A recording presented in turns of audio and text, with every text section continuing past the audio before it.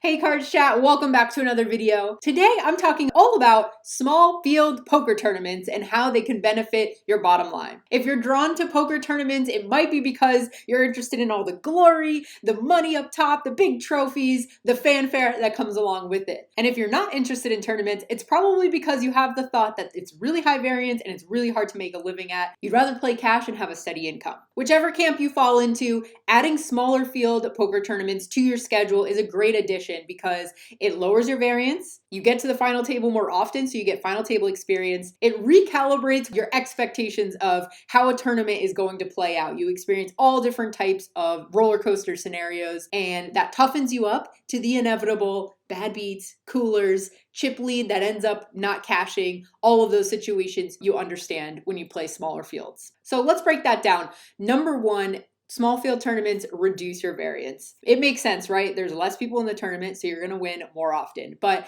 using a tournament variance calculator, it highlights just how little variance you can really experience compared to bigger fields. So this one I'm using here on the screen is called Prime Dope, and you can enter the number of players, how many places are paid, what the buy-in is, the rake amount, and what your expected ROI is. If you're a winning tournament player online, you can enter anywhere between 15 and 30%. Usually, I would say that's what winning poker players have across huge sample sizes. You can kind of tweak the different numbers to see how high is your risk of ruin with your current bankroll.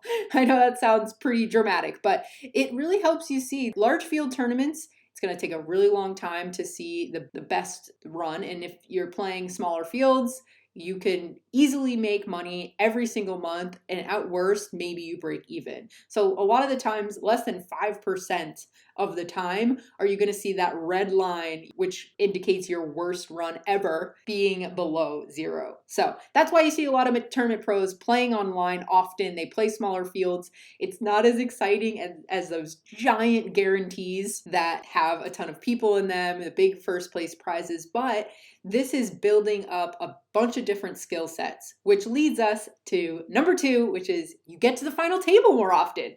When you play smaller fields, you get to the final table more often. And learning how ICM affects your play as a tournament player is crucial in getting into those top three spots and then making the most out of your deep runs. So the more times you get to a final table, the more practice you're going to get making those decisions with ICM factors at play. So you get more practice at it for the times where you do play a big field tournament and you get that dream scenario where you're at a big FT. So it decreases your variance, you get to the final table more often, which gives you better practice at making the final table, gives you more practice playing heads up, which a lot of tournament players don't have any experience playing heads up because they've never played heads up sit and goes, or they've never played heads up online cash. So getting to a final table more often means you're heads up more often and you'll get experience in that regard. All of this, by the way, is what I consider practice for that one deep magical run in a tournament. So you're playing all these small fields so that one day when you actually break through in that large field, huge first place prize field,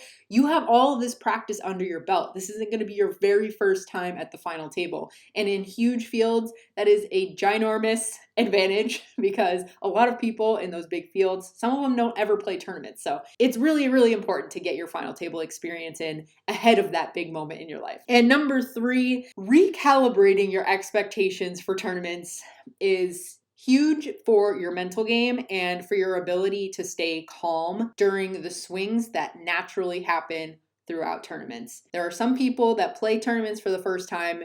They get the chip lead early on and they're super excited. They set up really high expectations that they're going to not only make the money, but all of a sudden they're going to win this thing in their mind, right? And if you're a person who plays a lot of tournaments, you know that having chip lead early on is really no big deal. There's a lot more levels to play in the tournament.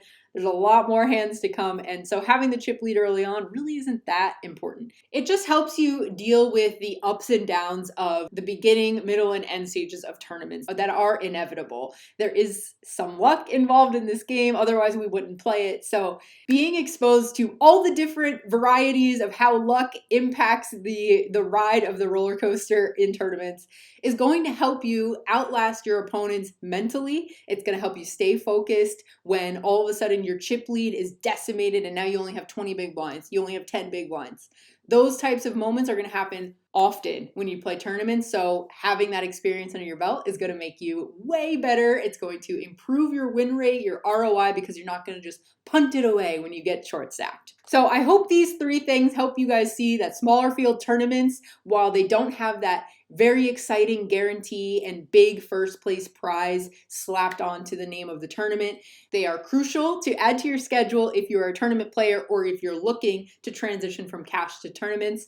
Definitely consider adding some small field tournaments for your sanity and for your bank account. All right, that's it for this one, you guys. Thanks for watching and good luck at the tables. See you next time.